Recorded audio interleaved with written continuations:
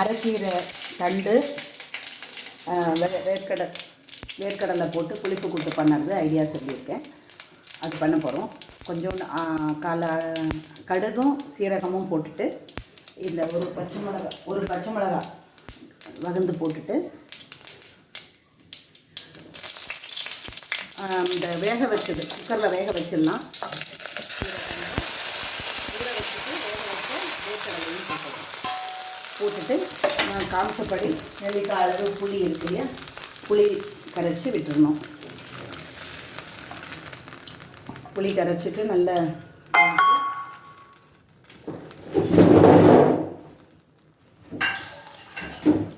அந்த ஃபுல் புளியே கரைச்சி ஊற்றிடணும்.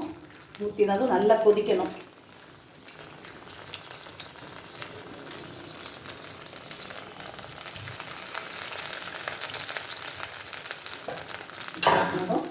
நம்ம மசாலா வறுத்து வச்சுருக்கோம் இல்லையா, அரைச்சது அதையும் அதில் கொட்டிடலாம்.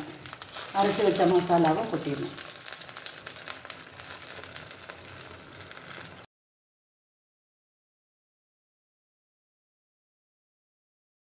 கொதிச்செடுத்து ஒரு 10 மினிட்ஸில் நல்லா எல்லாம் மெர்ஜ் ஆகிடும். அதுக்கப்புறம் தேவைக்கேற்ற உப்பு போட்டுடலாம். உப்பு போட்டுட்டு ஒரு 2 கரண்டி பருப்பு வேக வச்சுருக்கோம் இல்லையா, அந்த பருப்பை ஆட் பண்ணிடணும். பருப்பு ஆட் பண்ணி ஜஸ்ட் ஒரு 2-3 மினிட்ஸ் மெர்ஜானா போதும். நல்லா கொதிச்சிடும். கொதிச்சதும் கொத்தமல்லி தழை தூவிட்டு பரிமாறிடலாம். இந்த மசாலா அரைக்கும் போது எப்போவுமே கருவேப்பிலையை சேர்த்து அரைச்சிடுறது நல்லது. ஏன்னா பலரும் தூக்கி வெளியே வச்சுருவாங்க, கருவேப்பிலையை சாப்பிட மாட்டாங்க.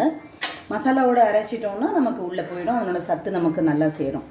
ஓகே, இந்த ஐட்டம் பிடிச்சிருந்தால் லைக் பண்ணுங்கள். தேங்க்யூ.